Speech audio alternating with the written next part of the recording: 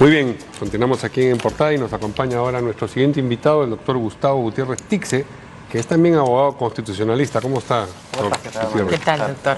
Bueno, ¿se puede anular o no esta sentencia del Tribunal Constitucional como están pidiendo los fiscales del equipo especial Lavallato? Bueno, yo creo que no.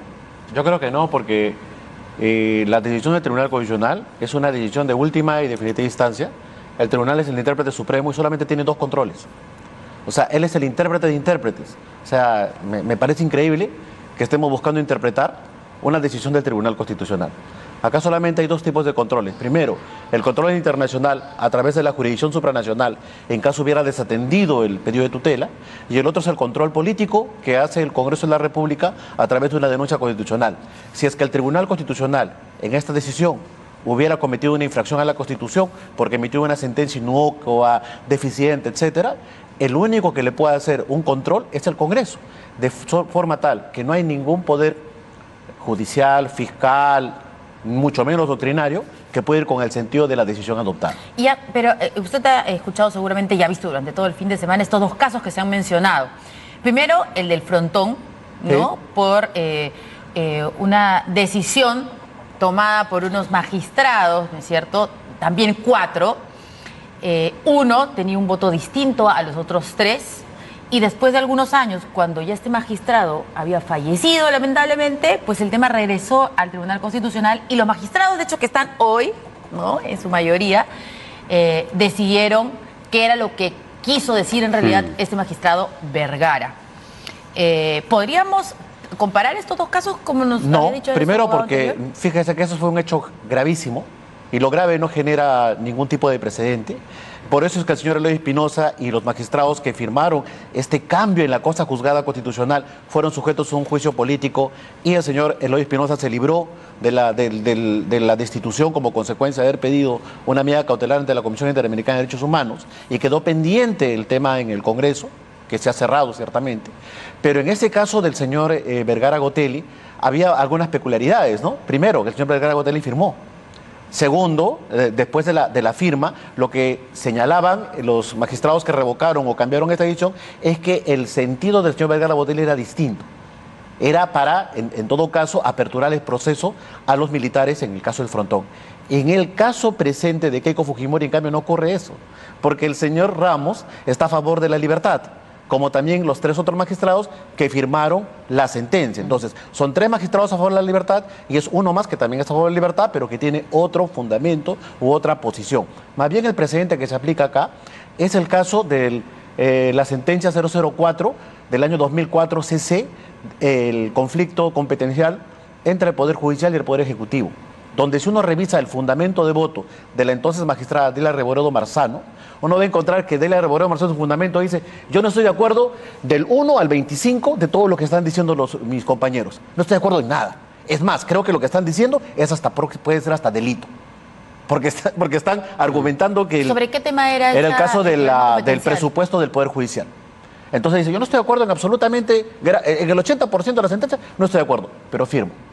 Y firmo inclusive donde les estoy diciendo que puede ser hasta delito el hecho de que el tribunal, mediante otra sentencia, pueda legislar si el Congreso no lo hace.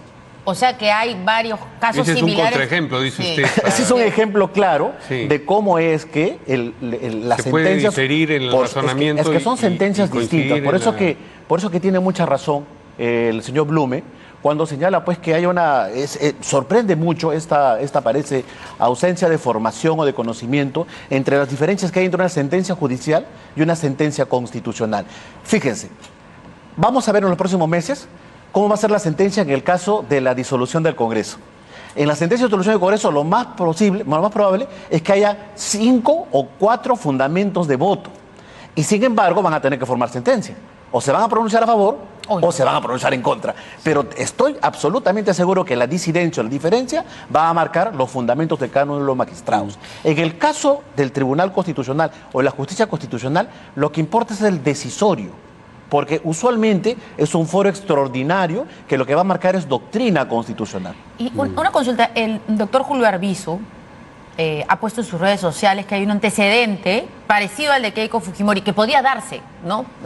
O desarrollarse o terminar de manera similar, que es el caso del señor Schutz, que nunca se contó. O sea, que no se dieron, no se contaron los votos, lo cual sonaba extraño, pero sucedió en su momento, ¿no? Porque estamos a favor de esto, pero de pronto dijeron, no, nos habíamos equivocado en la contabilidad de los votos, como si hubiera, no sé, pues 200 millones de votos y no solamente, claro, 7 y 4 a favor y 3 en contra. Pero aquí hay 4 votos que es de la opinión de declarar fundada la demanda, o sea, está escrito. O sea, lo que están cuestionando algunos abogados es supuestamente la diferencia de posiciones o de fundamentación. Claro, porque el decisor... camino que lo conduce al voto final. Por supuesto, el decisor es el mismo. O sea, son 4 votos... ¿Eso no es polémico? ¿No es algo poco usual en el Tribunal Constitucional? Mire, yo estoy en contra de todo esto, no, yo lo veo más bien usual. Si usted ve, por ejemplo... nos habló del 2004. El abogado que me precedió, creo, el doctor Cairo, ¿no? Hablaba de que... Luciano López. Luciano López, perdón. Hablaba de que en los 18 años el Tribunal Constitucional ha tenido una línea. Fíjense que en los 18 años el Tribunal Constitucional hay ex magistrados que han hecho un libro sobre sus fundamentos de voto. O sea, tienen libros de 1000 páginas sobre sus fundamentos de voto.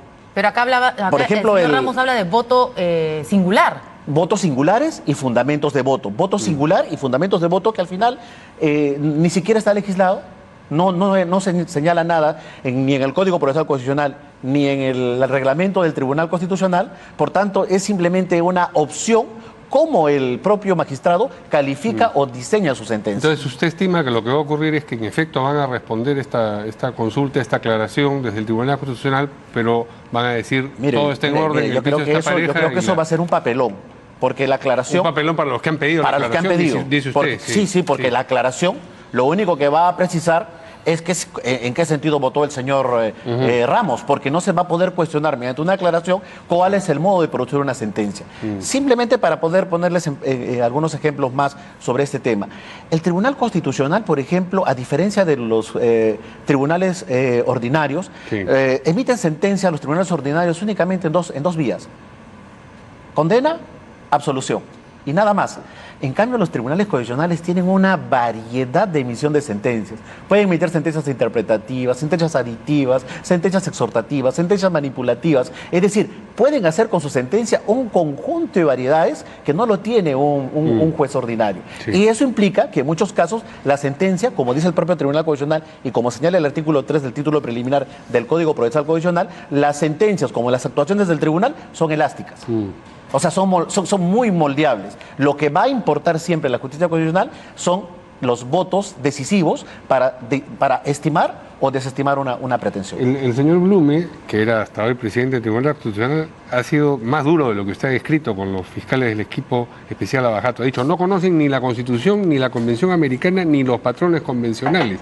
¿Es a ese papelón que usted se refiere? Yo creo que sí, ¿no? Yo creo que se va a hacer el papelón porque finalmente el tribunal, inclusive en su sentencia, podría llamarle la atención al fiscal, podría disponer que el órgano de control interno le haga un procedimiento disciplinario y podría llamarle la atención también al procurador, que bueno, ya le han llamado, creo, la atención varias veces, no sería una raya más al tigre, me parece, pero también podría llamar la atención porque esencialmente la aclaración es un pedido por un error material que hay en la sentencia, es decir, hay una imprecisión simplemente a efectos de poder visualizar el sentido o la orientación del fallo. En esta aclaración, el Tribunal Constitucional podría hacer todos estos llamados de atención. Por supuesto, porque en el Justicia Constitucional el tribunal es el dueño del proceso.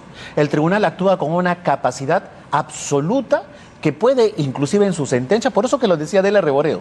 Dela Reboreo decía en ese caso que le puse como ejemplo. Del 2004. Sí, decía, yo no estoy de acuerdo con que mis compañeros, mis colegiados digan de que podrían destituir a los propios congresistas o podrían legislar si es que el Congreso no legisla. Entonces, fíjense la magnitud de lo que puede llegar a una sentencia del Tribunal Constitucional. Pero voto a favor junto a Por ellos. eso que es importante el cómputo de los votos y por eso es que los controles, únicamente tomando en cuenta que es una instancia de cierre y que todos debemos respetar, están expuestas claramente en la Constitución a través de dos vías. La primera vía de control, la Comisión Interamericana de Derechos Humanos. La segunda vía de control, el Congreso de la República. No hay otra. Y no importa tampoco, a decir de usted, ¿no? Y le pregunto, que en algún caso los magistrados hablen de no tomar en cuenta unas declaraciones de un testigo nuevo, digamos nuevo, porque el pedido el habeas corpus fue anterior a estas declaraciones del señor Jorge Yoshiyama, y que más bien el magistrado Carlos Ramos diga, bueno, el 30 de Incorpora un septiembre se elemento cerró, posterior claro, también, se claro. cerró el Congreso, así que acá no podemos hablar de una obstrucción a la justicia porque ya no tiene cómo poder obstruir la justicia si no hay Congreso y no tiene bancada. Yo comprendo el tema, pero las decisiones del tribunal siempre han sido polémicas, siempre, no ahora, no con el caso Keiko Fujimori,